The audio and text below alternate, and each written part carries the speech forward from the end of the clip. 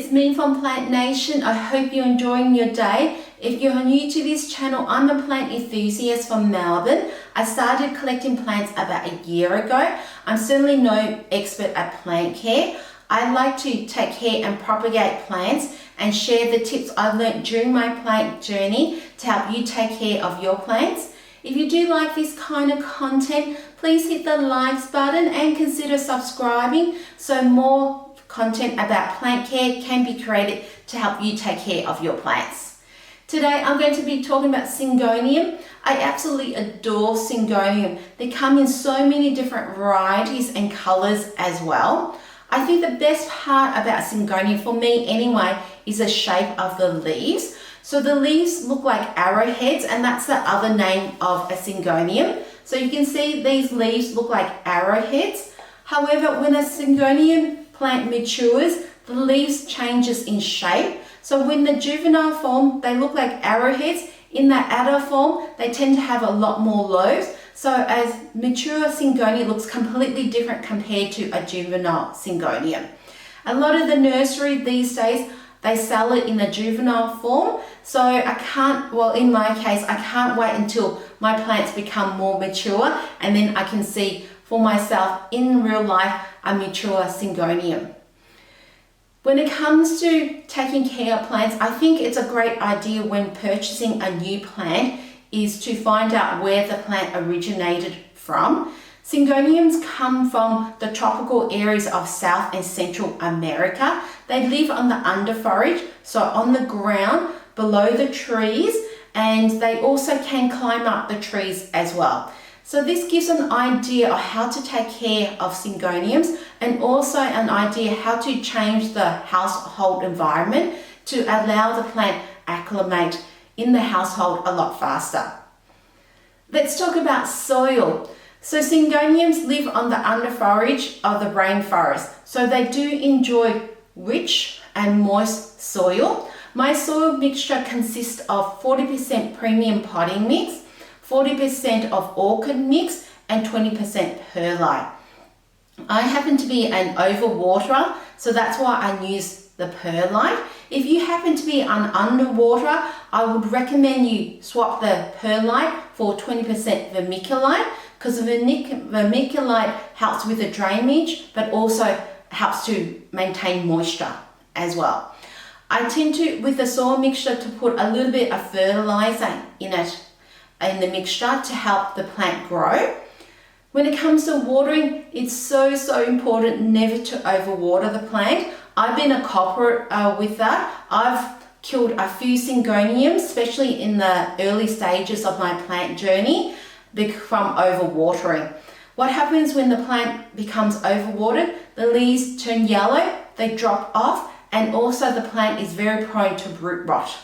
When the plant is underwater, what happens is the leaves become brown and crispy, especially the edges of the leaves. So I have an example here. So this one here is a Syngonium neon, otherwise known as a pink Syngonium. So you can see the front leaves here are turning brown and crispy, and that's because I underwatered it.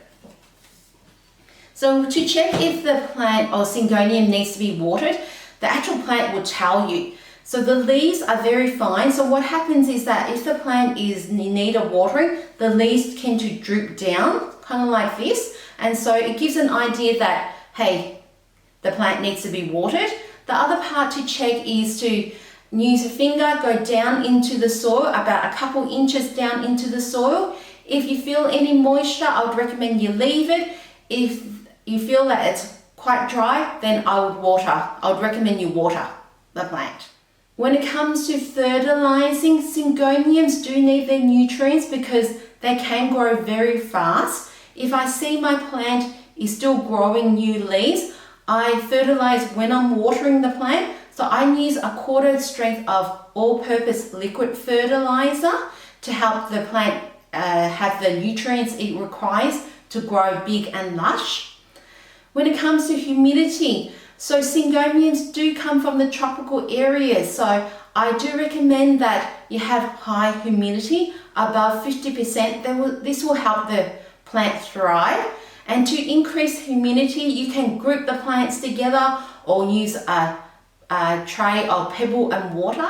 Let's talk about lighting. So Syngoniums can tolerate a wide range of light situations, from low light all the way up to some direct sunlight.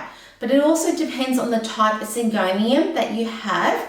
For example, this one here, this Syngonium has a lot of white through it, so it needs a lot of bright indirect sunlight to keep the variegation. If this plant was popped in a low light situation, the leaves can revert back to green. The other part, I wouldn't recommend you pop this into direct sunlight because the leaves can have a tendency to burn. When it comes to a pink Syngonium, like this neon pink Syngonium, then to keep the pink variegation in it, you like to pop it in areas that have low light situation or moderate indirect sunlight. If it's in an area that has a lot of direct sunlight, what can happen is that the plant will produce more chlorophyll. So chlorophyll is the green pigmentation you see on the leaves. And so if there's too much light, then the leaves can actually go green. So to keep a pink Syngonium more pink, pop it in areas that have lower light situations. So low light to moderate indirect light. When it comes to Syngoniums that are completely green, they can tolerate areas that have low light situations all the way up to direct sunlight. When it comes to temperature, so Syngoniums love their warm weather. I found the best temperature is 75 Fahrenheit, which is about 25 degrees. They can survive to as low as 55 Fahrenheit, which is about 13 degrees, and as high as 90 Fahrenheit, which is about 32 degrees. If the temperature is too low, the plant may not grow very quickly. And if the temperature is too high, what can happen is that the pigmentation in the leaves, so the chlorophyll in the leaves, can actually degenerate. And once again, the plant may not thrive as well. When it comes to pests, they are prone to pests like mealybugs and things like spider mites, fungus gnats and thrips. So they are prone to the common pests, indoor pests. When it comes to pest control, if I do see that my plants have any pests, especially spider mites, I go in the bathroom, I wash the leaves off. I also use a solution containing neem oil. So my solution for pest control consists of 1 litre of filtered water, 5 ml of neem oil and 5 ml of dishwashing solution, and I shake it all up and I completely spray the plant. And I'll do that every couple of weeks until I see the pests completely go away. Syngoniums are one of the easiest plants to propagate, and it's the best way to actually make the plant look more bushy and lush. To propagate a Syngonium, you want to locate the aerial roots and the nodes. And so this is the area where the leaves come out. So I'll show you where the aerial roots are. So this one here is an aerial root and it's coming out of the node. There's another one here, and then there's a very long one here. So with this plant's gone very leggy. So I'm actually going to show you how to prune and propagate this plant. So to propagate it, I can either choose to cut this cutting here, or this one right here. Now what I'm going to do is, I've got my clean clippers here. I'm actually going to cut it right here. The reason for that is that if I cut it here, this area here doesn't have a leaf, so these aerial roots are going to be wasted.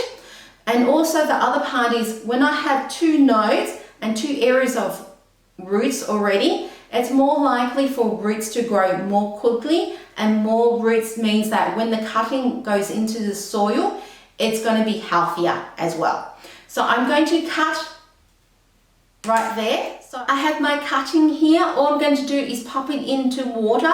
I let the roots grow to a couple of inches long before I plant it into soil, and I pop the cuttings in the area that has a lot of bright indirect sunlight so the roots can grow faster. Thank you guys so much for watching the video and spending your time with me. I truly appreciate your support.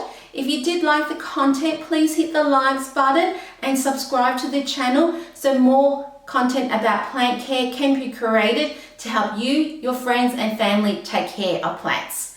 And I'll catch you guys next time. You all take care. Bye.